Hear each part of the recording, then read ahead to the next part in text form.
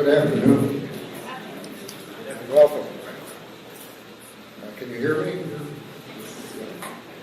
I'm John Levy. It's my honor to serve as the 10th Chairman of the Board of the Legal Services Corporation.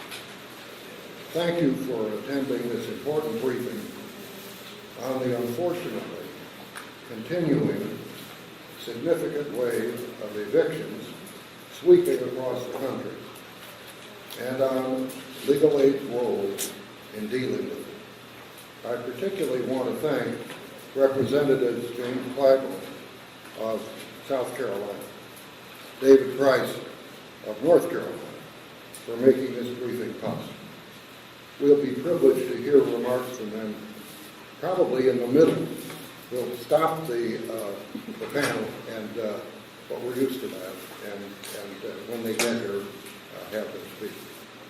We're also grateful to the Bipartisan Congressional Access to Civil Legal Services Caucus for the support it gave in promoting this event, and the attention the caucus, since its founding in 2015, has helped to focus on the serious crisis in the accessibility of our civil justice system for our country's many low-income citizens. Finally, I want to thank the distinguished members of our panel, who will be introduced shortly by the panel's moderator, LSC's outstanding president, Jim Sandman. For the past few years, more than 2 million, that's 2 million evictions, have been carried out annually in this country.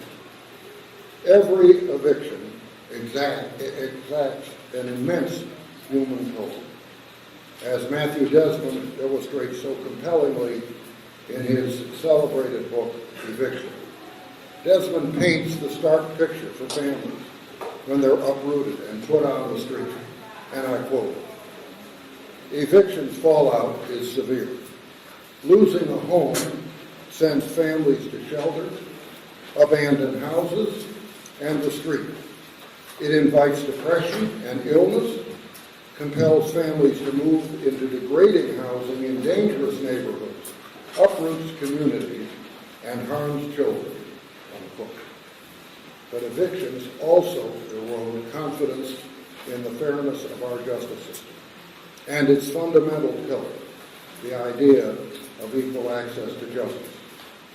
Reports year after year show that nearly 90% of landlords in eviction cases are represented by an attorney, while 90% of the tenants are not. Does that sound like equal justice to you? Some of our most vulnerable citizens, in the worst moments of their lives, are left to fend for themselves in a system they don't understand, to confront sometimes seriously flawed claims brought by landlords represented by counsel. Does that even sound to you like the rule of law? Well, to me it doesn't. And to me it's nothing short of appalling. And I think something has to be done. And today we'll hear about some of the things that LSC-funded organizations are doing about it and what else needs to be done. And that brings us to our panel, the members of which, as I said, will be introduced and moderated, as I mentioned, by LSC's longest-serving president, Jim Sandman. The former managing partner of the law firm of Arnold & Porter, served as the general counsel of the District of Columbia Public Schools before joining and having to put up with the LSC board in 2011. Jim, it's a great pleasure to see you and turn this over to you. Thank you. Thank you, John. Good afternoon. I'm Jim Sandman. I'm president of the Legal Services Corporation. The Legal Services Corporation is the country's largest funder of civil legal aid programs for low-income people. Civil legal aid is free legal help for low-income people who are not able to afford to pay for counseling. It focuses only on civil, not criminal matters. Civil matters include evictions and other housing-related cases. The Legal Services Corporation is a grant-making organization. We fund 133 independent legal aid programs with more than 840 offices serving every county in every state and the territories. No matter where you are in the United States, there's an LSC-funded legal aid program providing assistance to low-income people. We were created by an act of Congress in 1974 and get virtually all of our money from an annual congressional appropriation, currently $410 million. A significant portion of the work done by the legal aid programs we fund involves housing matters. Last year, about 30% of all cases handled by LSC-funded legal aid programs were housing-related, and the majority of those related to tenant matters, the biggest piece of those being evictions. As John mentioned, there's been a spike in evictions in the United States in this century. Evictions have doubled between 2000 and 2016. But the eviction rate across the country varies significantly. That's not a uniform phenomenon. For example, I have some statistics from North Carolina compared to the national numbers. In 2016, the last year for which we have information, the eviction rate in the United States was 6 tenant evictions annually in 2016 for every 100 tenants. So 6 out of 100 tenants across the United States were evicted from their homes in 2016. In North Carolina, that number was 11%. And in Durham County, North Carolina, home of Duke University, the rate was 18%. So you see, even within a single state, a significant disparity in the rate of eviction. And you'll hear something from our panelists about why there is that variation. Eviction is the process by which a person is compelled, a tenant is compelled to leave their home. Our discussion today is going to focus on legal evictions, evictions that occur as a result of court processes. But as you'll also hear, there are illegal evictions, where landlords just help themselves to evictions and force tenants out of their homes. The numbers that I just spoke about are legal evictions, and they understate what the magnitude of the true problem is. A person who cannot afford a lawyer in an eviction is really lost. I was in North Carolina yesterday, where I was told that in eviction cases in that state, only 1% of the tenants have a lawyer, even though more than 95% of the landlords do have a lawyer. That's a little toward the extreme end of the percentage mix, but it is common in the United States today for more than 95% of tenants in eviction cases not to have a lawyer, even though more than 95% of landlords do have a lawyer. The unrepresented litigant who tries to navigate an eviction case alone confronts a system that was created by lawyers, for lawyers, designed on the assumption that everyone has a lawyer. Everything about the system, from the language of the law to the forms that are used, to the rules of civil procedure, to the rules of evidence, was created with lawyers in mind. It's a system that works pretty well if you have a lawyer, and not well at all if you don't. Our panelists are very well equipped to explain the details of the phenomenon that I'm describing.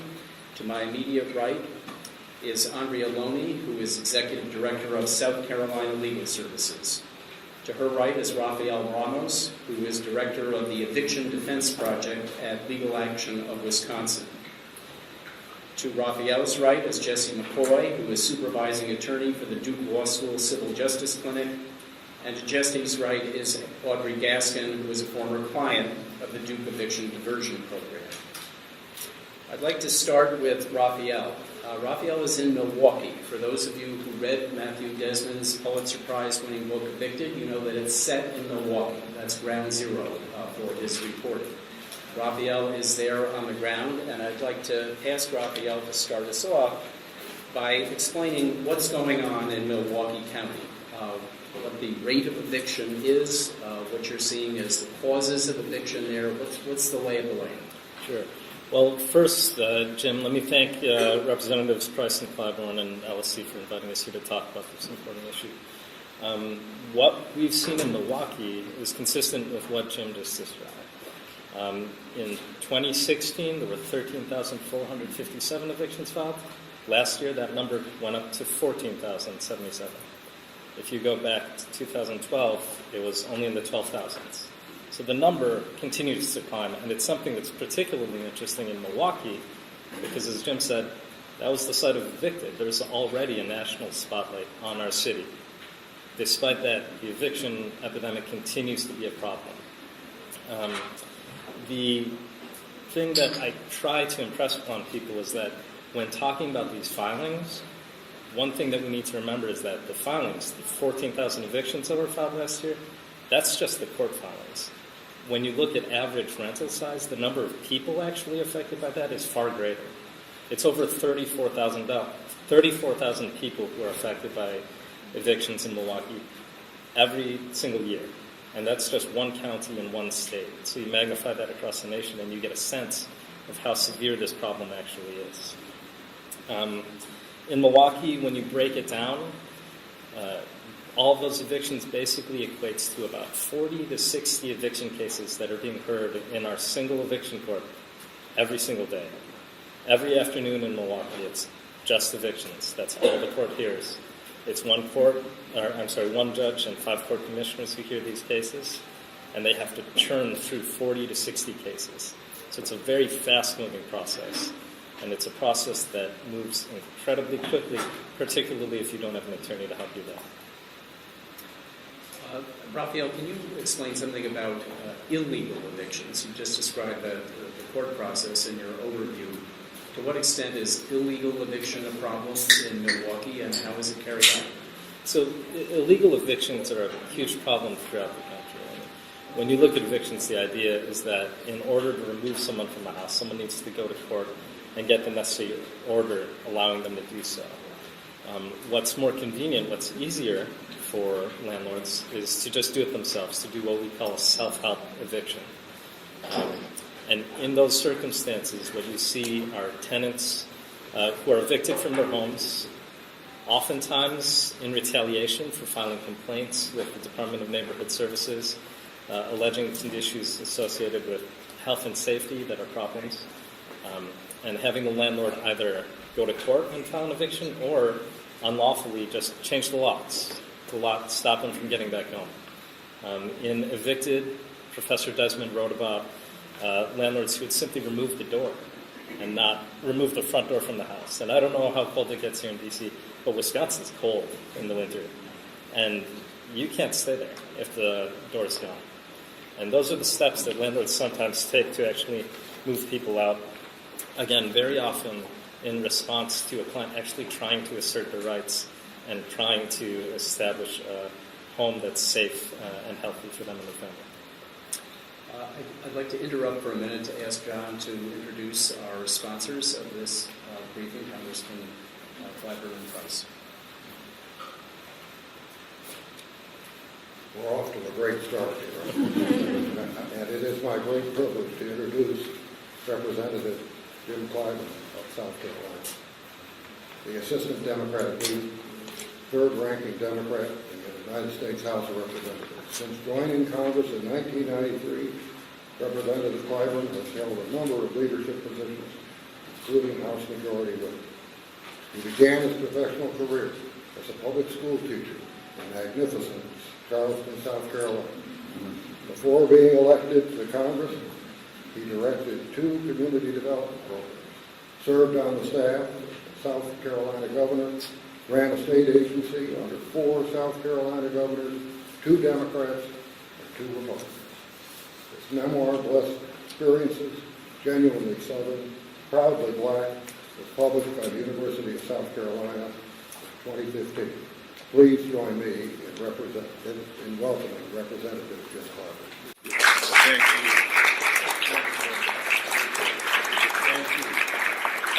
Thank you very, very much. And my wife is not here today, so I'm going to issue an apology.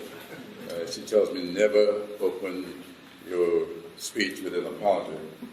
But David and I were at another event, working in the interesting sort of way on trying to find people to come up here to help us cure this kind of a problem. And so that's why we are a bit late. So let me thank you, Mr. Chairman and Mr. President, for having us here today and sponsoring this event. I also want to thank the panelists for traveling to Washington to help put this on, most especially my homegirl and longtime friend. I know those of you who look in on our proceedings up here, you know that we often refer to each other as my good friend, and most times we don't mean it.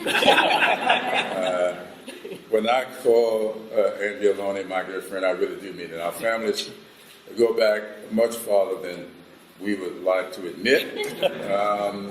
In fact, if you can look at her hair and my lack of hair, you can know that was a long, long time ago, but I thank her so much. As many of you know, a recent research by Princeton University has confirmed what many have observed for several years. There is an eviction crisis in this country. According to Princeton, in 2016 alone, almost 1 million households experienced evictions. This is an acute problem in South Carolina, where among large cities, North Charleston, in my congressional district, was named #1 nationally with an eviction rate of 16.5%. And Columbia, where I live, and which is in my congressional district, is #8 nationally.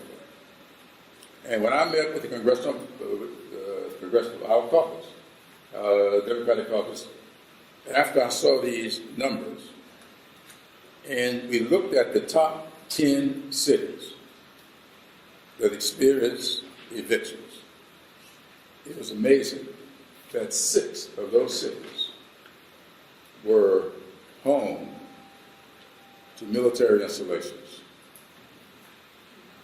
Charleston and Columbia. Fort Jackson, the second largest. In fact, we train more infantrymen in boot camp anyway, in Fort Jackson than anywhere else in the country. And we think there's something interesting about that phenomenon. And that's what really set me off at this event. Now, this crisis is as complex as it is real. I've heard from many of my constituents at town halls and around the district that one critical problem, specific to evictions, is the inability for most people to get legal representation when they face eviction. In 2016, a total of 41,000 South Carolina families were evicted by court action, but only a very small number of them were represented by South Carolina Legal Services. Legal aid organizations can only do as many cases as funding will allow. After years of flat funding, for 2018, we were able to increase by $25 million, an increase up to $410 million. We could do with twice that much, and we are going to work to get us there. This should help, but much more needs to be done. And I'm proud to have worked with David Price and the Legal Services Corporation on ways to increase funding.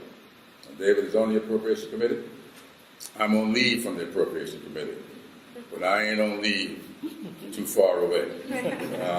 And we're working on this issue. And although his amendment that he put up earlier this year was not adopted, we are going to keep looking for ways to solve this problem.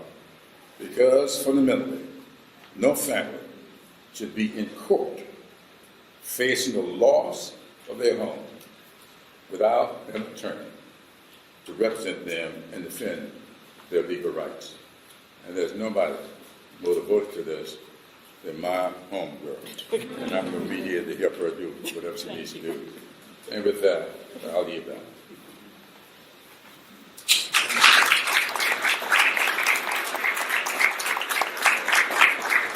Thank you so much, Congressman Clyburn, and believe you me, we knew we got $25 million, and we worked hard with the help of so many folks here in the Congress. We're very grateful. You're right, we could use a whole lot more. You're hearing today how that money is going to be used, and we're so grateful. David Price represents North Carolina's 4th District, serves on the House Appropriations Committee, and is the ranking member of the Transportation, Housing, and Urban Development Appropriations Subcommittee. He's also a member of the Appropriations Subcommittees covering Homeland Security, State Department, Foreign Operations Fund.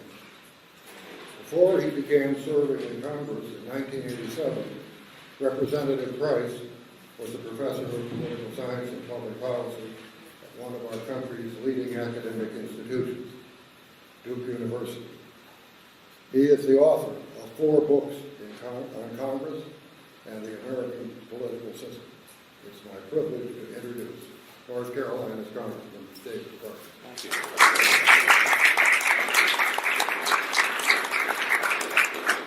Well, thank you. It's a privilege to be with you. I want to thank you for organizing this briefing, the legal services, this fine panel.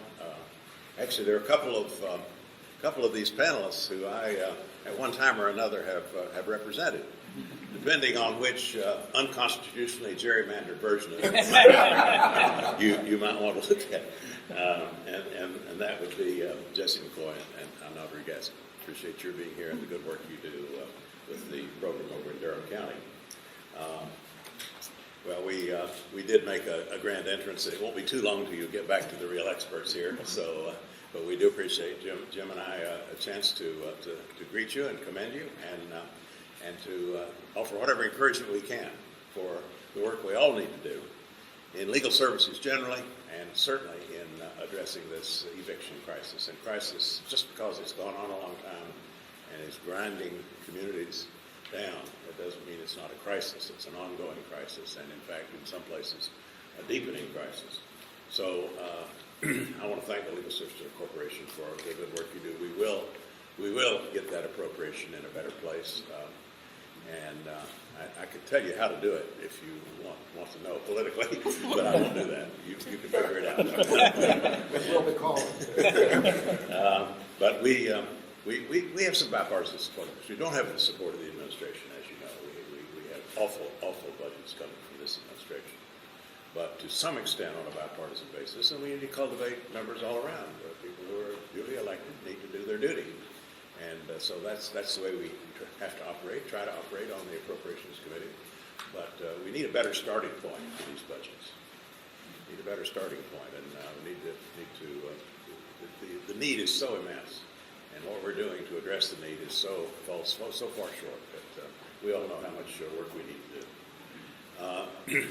The affordable housing crisis, and the eviction crisis is of course part of a larger affordable housing crisis as well. I'm now the ranking member, hoping to be the chairman of the Transportation and Housing Appropriations Subcommittee. And the estimates I've seen are that 1 out of 4 Americans who really should be receiving some kind of housing support are receiving it. 1 out of 4. That includes public housing, Section 8, home, whatever you want to talk about. What about those other 75%? You know, it's not at all uncommon for people in our communities to be paying 60, 70% of their income in rent. It's in fact the norm for there to be thousands on the waiting list for Section 8 for other housing programs in every city in America. I cannot name I challenge you to name a single program at HUD that isn't under-resourced and hasn't been for years. So, yes, we're happy with this budget agreement under the circumstances, and we're making the most of it. My mission in life is to make sure that in that transportation housing combination, housing gets its fair share of that funding. And so we're working on it. We've actually started some new production again in housing for the elderly, housing for the disabled. Under the circumstances, that's a real achievement. But there is an affordable housing crisis in America. We need to face it. We need to deal with it. It's a huge backlog of need. And the eviction crisis is maybe the most dramatic and most desperate aspect of this. But it's part of a larger picture. And it's a disgrace that the richest country on earth hasn't addressed this. And for that matter, that we, on all sides of the political spectrum, don't regard housing sometimes as a front burner issue. It's right up there. It should be right up there with education, healthcare, housing. That's the third piece of a dignified life, a life where we can raise our families and our children to lead fulfilling and productive lives. Housing. So thank you for your focus on this, and thank you for focusing on the desperate situation that so many families face with this eviction crisis. And thank you for focusing on legal representation, which, after all, is an absolutely essential part of the remedy. So we will let you get back to the experts here. They're going to have a lot to say. We're going to learn a lot. We appreciate staffs from all over the Hill being here today, and we see this as a briefing, preparing us for work we all know we need to do and are determined to do. So thanks for your part in being part of the solution. Thank you.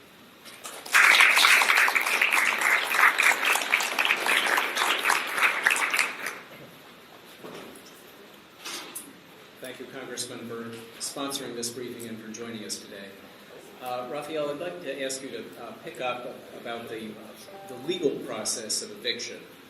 Can you explain what happens in an eviction case? What defenses are available to a tenant? I sometimes hear people say, well, of course they don't have lawyers. They don't have any defense. They don't need a lawyer. What difference does it make? Can you talk about the difference that having a lawyer makes? And then if you could wrap up by talking about the eviction defense project that you run in the courthouse in Milwaukee County. Sure. Well, thank you, Representatives Price and Clebner, for coming.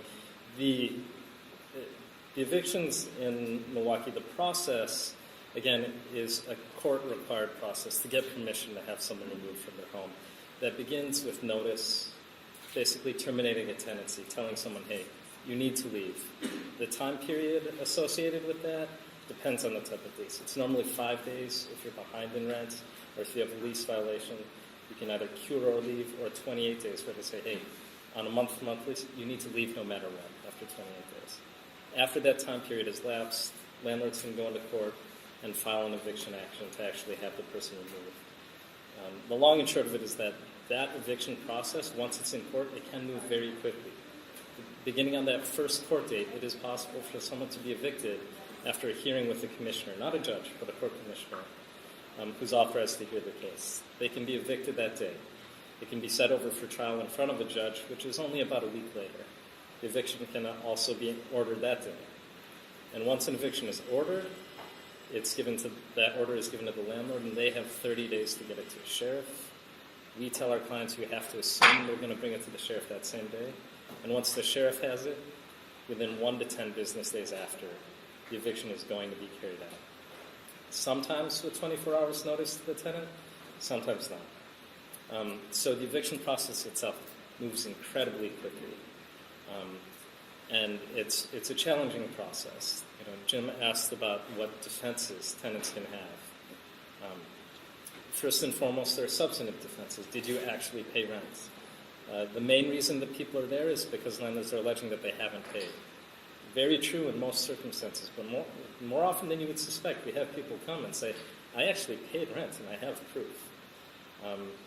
That can be because either the landlord has ill intent and they want someone removed regardless. Sometimes it's a bookkeeping error where a new landlord has come in and their books say this tenant didn't pay rent on the 1st, even though their old agreement with the landlord authorized them to pay on the 15th. The problem with all of this is that as soon as the eviction case is filed, that filing creates a record that's publicly accessible, that can be accessed by all landlords. And the landlords in Wisconsin do use that to look at prospective tenants when evaluating them for future tenancy. So the creation of the record, the entry of an eviction judgment, oftentimes makes a tenant essentially unqualified for housing in the eyes of many landlords. I've seen landlord application sites where they say on the website, do not bother to apply if you have an eviction on the record. So substantively, that's one defense. If you've actually paid rent, there are procedural defenses. And those procedural defenses are the sorts of defenses that a tenant may not know they can raise without an attorney. Certain steps landlords need to take in terms of service, of notice, to tell people what they can do. I think it's important to remember that when you're talking about evictions, these tenants are facing a catastrophic event in their lives. It's traumatic. And these tenants are being asked to go into court by themselves and to either articulate a defense or to negotiate some sort of dismissal of the case when they're under this incredible stress. And to ask them to do that without an attorney is incredibly unfair. In Wisconsin, we are one of the counties, in Milwaukee County, we're one of the counties where less than 1% of tenants have representation. 13,500 evictions filed in 2016, 112 tenants had lawyers. Sometimes tenants don't have defenses. It's true. Poverty is an issue. People pay 60, 80% of their income towards rent. It's hard. But even in those instances, legal representation is incredibly important because the attorneys that we have are able to negotiate, try to get better terms, either for payment plans to allow a person to stay and avoid eviction, or to negotiate a longer move-out period so that they have some control over their lives in terms of how this move-out is going to affect them. That also eliminates the eviction that's on the record, and our attorneys can, in cases where the eviction was improper, actually get that record sealed so it's taken off of the record so they can find a place going forward. Eviction is the scarlet letter of today. If you have it, you cannot find a home, at least not easily. So our project, I'll be very brief here because I want to give the other panelists time.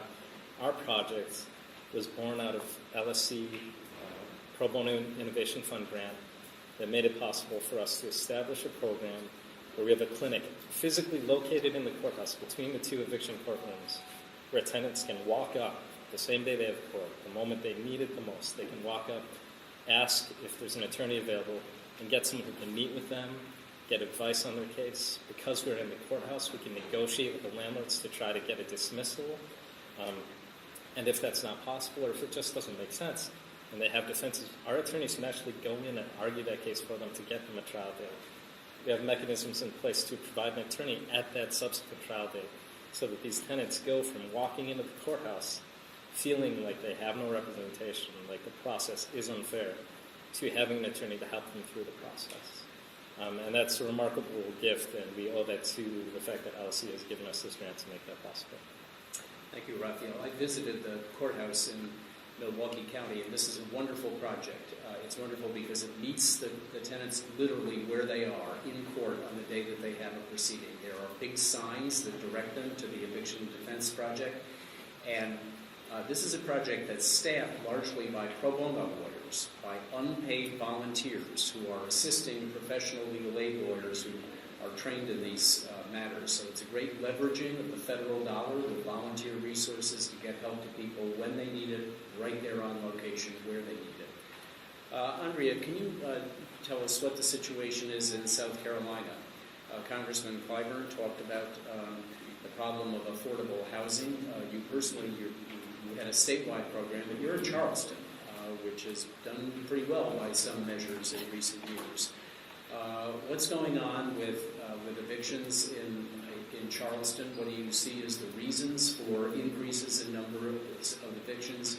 And what do your lawyers do to help tenants facing eviction deal with it? Once again, thank you for inviting us. Thank you all for taking your time to come and listen to us. I know for some of you, you are mandated to be here, but that's okay, as long as you take excellent notes and you take them back to your congressman or congresswoman. So once again, thank you. we do have a fairly high eviction. No, I should not say that. Let me be honest. We have a very high eviction rate in our state. In some areas, it's obviously much higher than other areas. In that recent report that was done, or the study of evictions in South Carolina or across the nation, they did not actually tell us about the type of housing that people were being evicted from.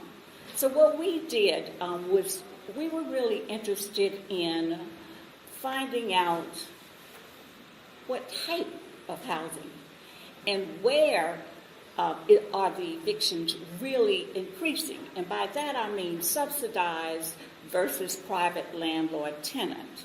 And what we have discovered, based on what comes into our office, it is the private landlord-tenant evictions that are increasing at a much more rapid rate than public housing or subsidized housing evictions. And so why is that, you ask? Well, we looked at, particularly in the Charleston area, as you just heard about, and in Greenville.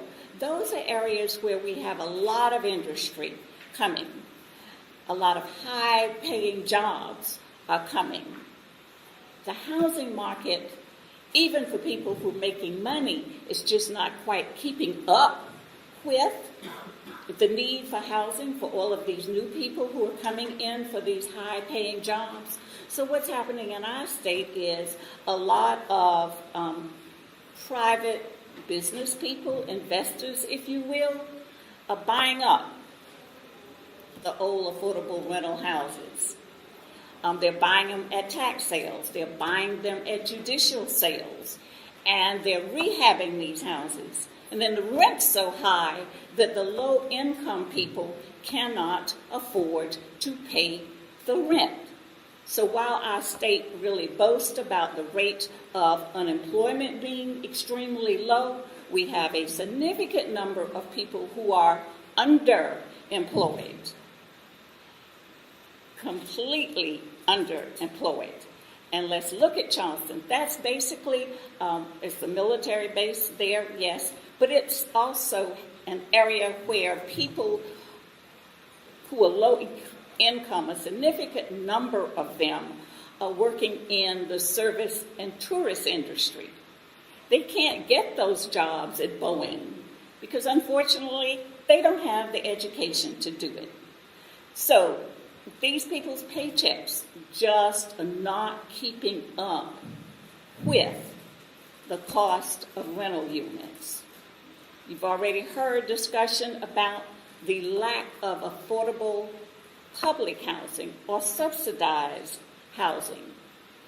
And we have a significant number of situations where late payments are actually causing people to be evicted, because those are also considered a part of the rent. So you keep getting late payments tacked on and tacked on and tacked on, and the next thing you know, you're going to be evicted basically because of all of the late payments you may owe. In addition to that, again, in those areas where the houses are below standard, you have situations where the air conditioners not half working, the heating units are not half working, air's coming in from everywhere, so the utility bills are going sky high. Now, if it's the dead of the winter, even though it's South Carolina, if you got to pay your light bill or your rent, and you have a little kid in the house or an old person in the house, okay, you got to choose. And you may pay your utility bill.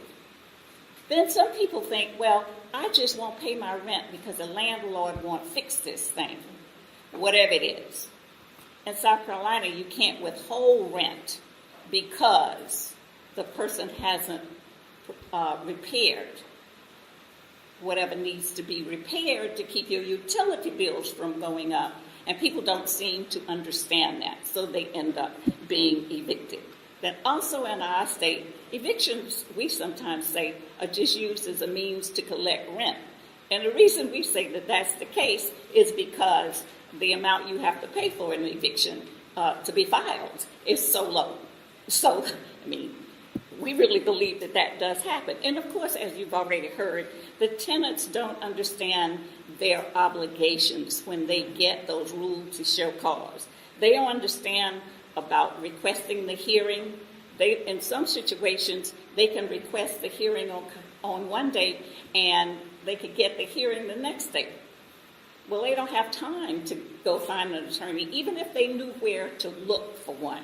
So that's just kind of basically an overview of what's happening, what we think is causing the rate of evictions to increase. So what did we do at Legal Services when that study came out? We decided that people don't understand their legal rights and responsibilities when they're served papers. So we put together an instructions for eviction hearings. And we asked the court to make some changes to our rule to show cause that provide more details to the tenant on the rights and what's supposed to happen and how they should conduct themselves when they're served. We put everything in the basket that we could think of on our little instruction sheet. Then we sent it over to court administration along with all of the articles we could find about evictions in our state. Court administration said, interesting. They got together a group of magistrates who looked at it and they thought, interesting. Because you've heard all of the negative ramifications of eviction actions. And magistrates are looking for ways not to put people out of their house.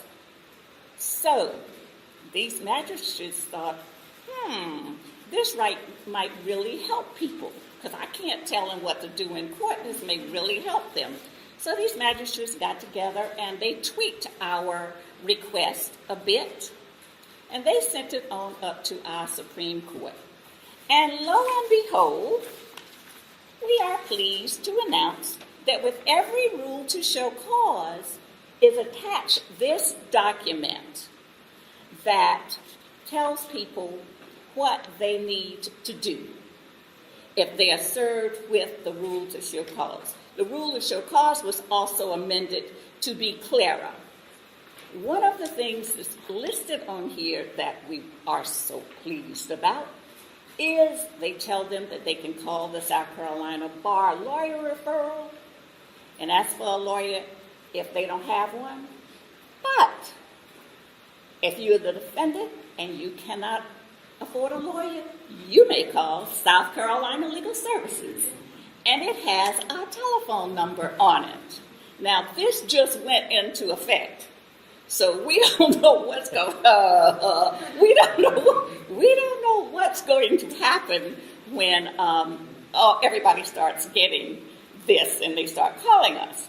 So keeping that in mind, we got a T grant a couple of years ago, a year or so. That's a technology I'm grant. sorry. Yes. A technology grant from the Legal Services Corporation to develop online classrooms. And one of the classrooms that we're developing is about tenants' rights and how to represent yourself in eviction actions. And we are really going, when we get finished with it, we are going to really market it to pro bono lawyers to start trying to help us when all of these calls start coming, as well as we will publicize it so that tenants themselves can become more educated about the eviction action and how all of that is supposed to work.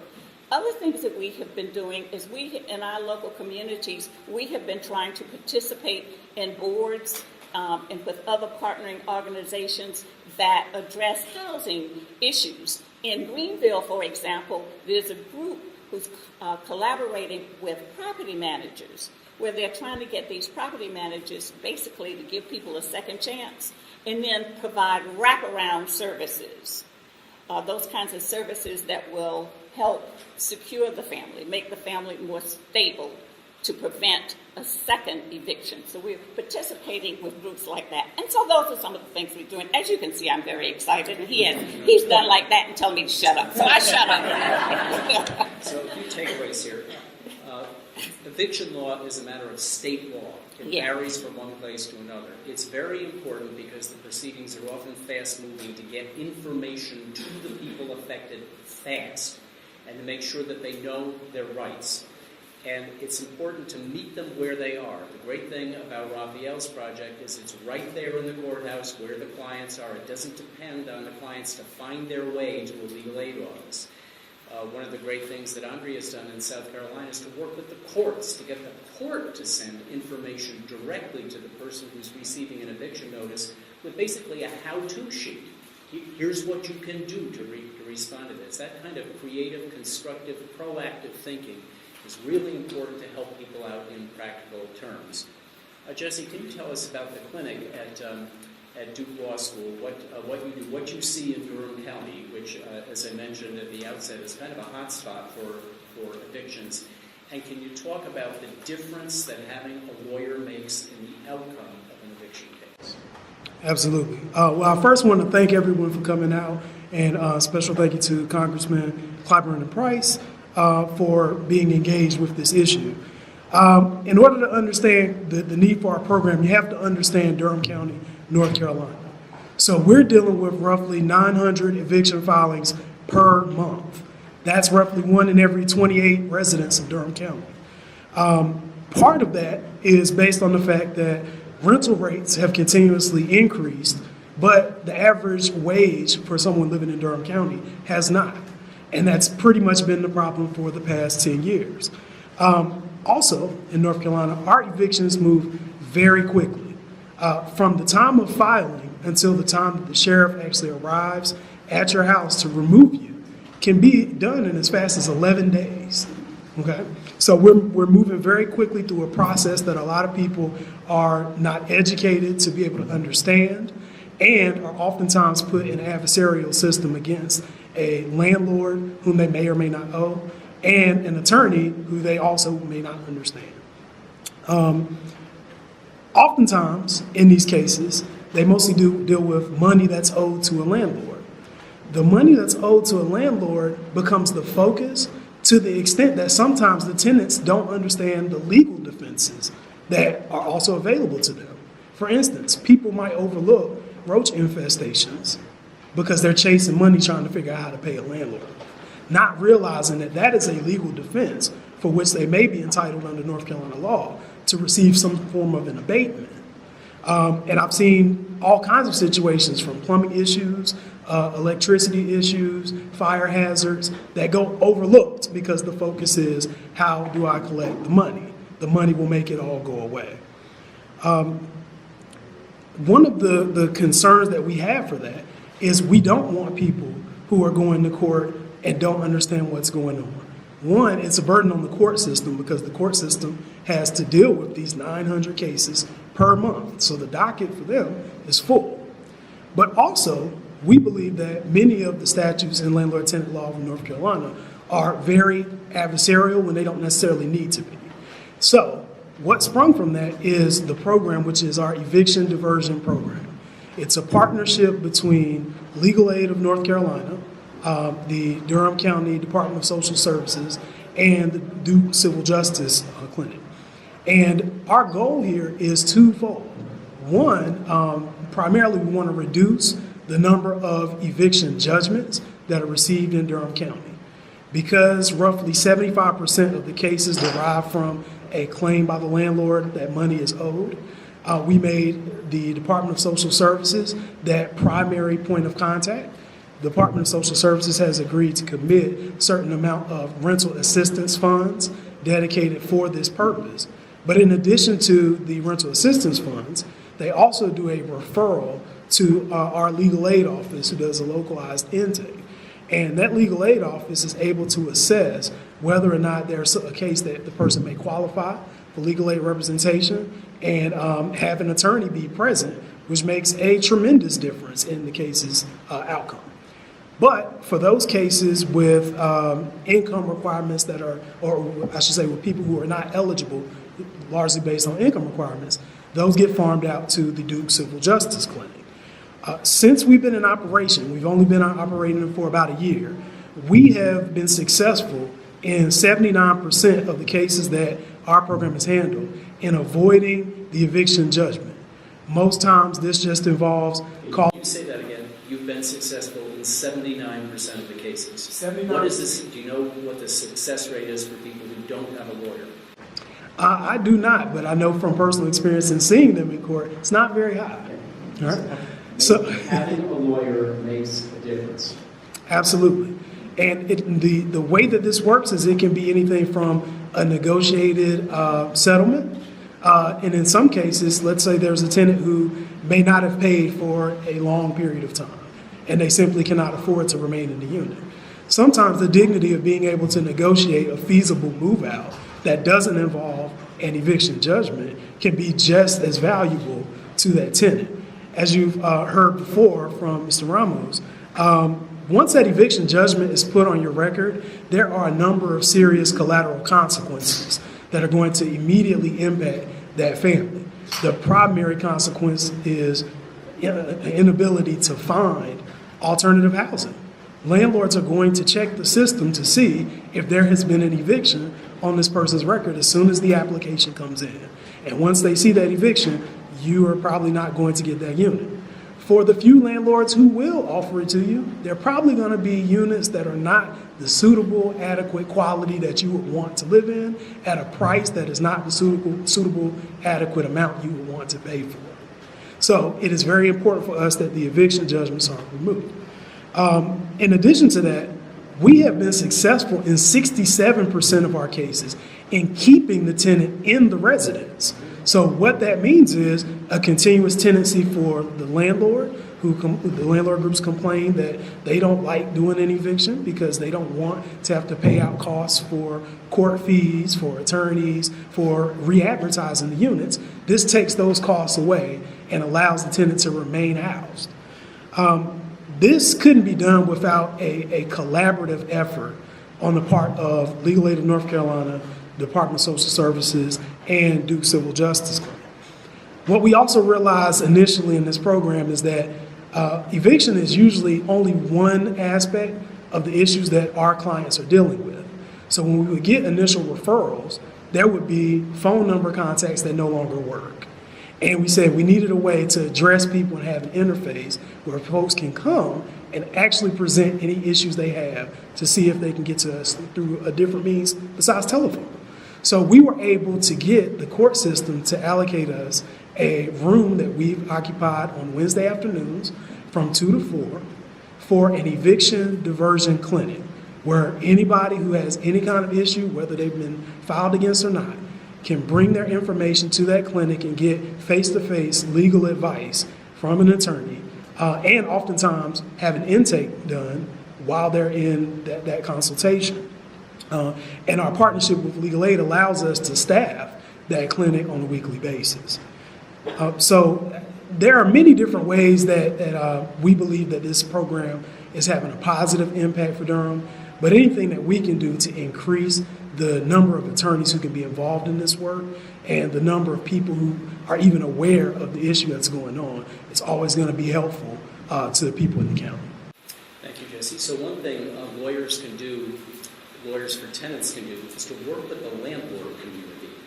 As Jesse mentioned, often landlords, their first choice would not to go through the eviction process and have to find somebody new to take the rental unit.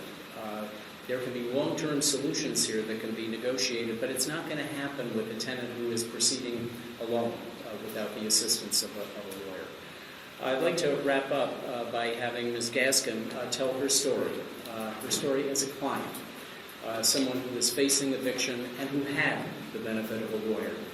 Can you tell us how your situation arose and what the outcome was? Certainly. Good afternoon.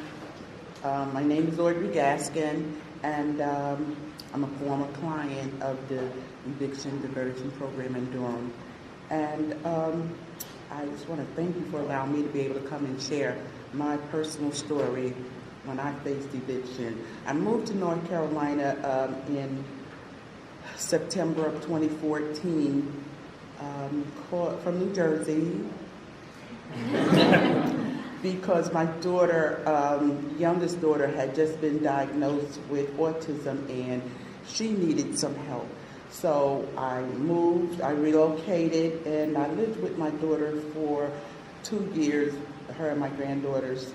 And I was working part-time here and there, but I was so glad to be able to get an apartment on my own. And most of the landlords, they require that you make at least 2 to 2.5 times the income, of the rent. So when I found that place in 2016 in September, it was with the Durham Housing Authority, and I was one of those who did qualify for affordable living apartment. There weren't any subsidized apartments there, so my rent was $675, which I felt like I would be able to pay.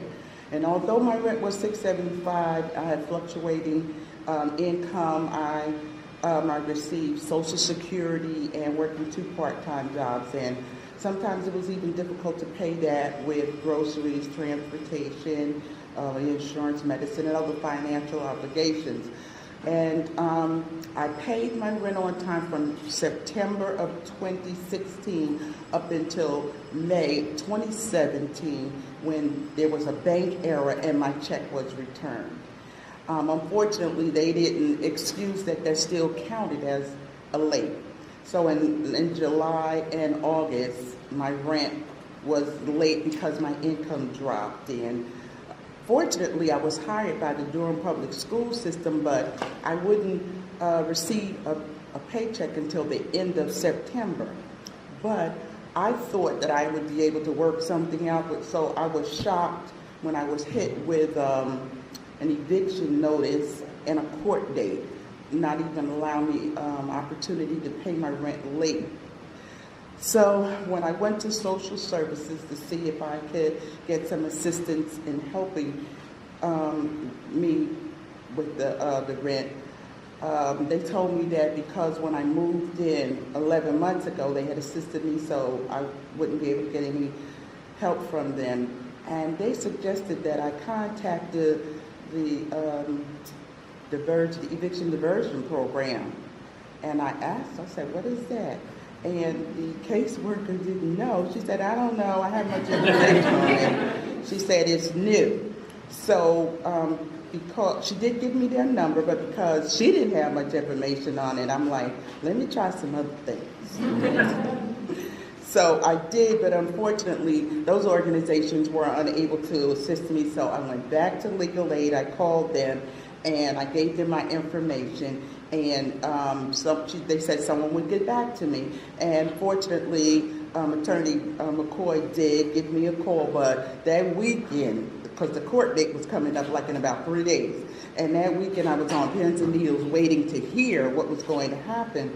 And so when he talked to me, he advised me to bring the exact amount that they said that I owed and the money order. And so when I saw him on that morning, before we went into court, he asked me, did I have the money order? I did.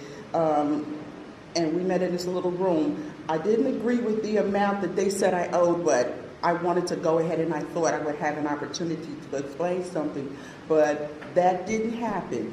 When my case was called, Attorney McCoy, he asked them, because they said something, and he asked them to see the records. So when they showed him the records, the magistrate wanted to see the records as well. So when she looked at it, she was baffled, and she couldn't even understand it because it was some inaccuracies on it, so which allowed the magistrate to dismiss the case. And I was so thankful that Attorney McCoy was there, because I don't feel like I would have gotten the respect or even had an opportunity to explain anything. And I would have become one of the 900 people that's evicted every month, or the 95% of the tenants that are not represented with legal help. So Mr. McCoy, he was there, and I tell you, I was so grateful that he was able to help me there. And I wanted to thank, like the other organizations that are able to give advice but not able to have that legal help, that you have when you go into court. I've been living where I am. I moved from there, like I think 2 months after the court date, and where I'm at now, almost a year now, and the happy outcome is that I was able to move. I have a nice apartment, but my struggles are each and every month I'm trying to figure out how I won't wind up in the eviction court again because of the part-time income and the things that's not stable. But I do thank the eviction diversion program for being there.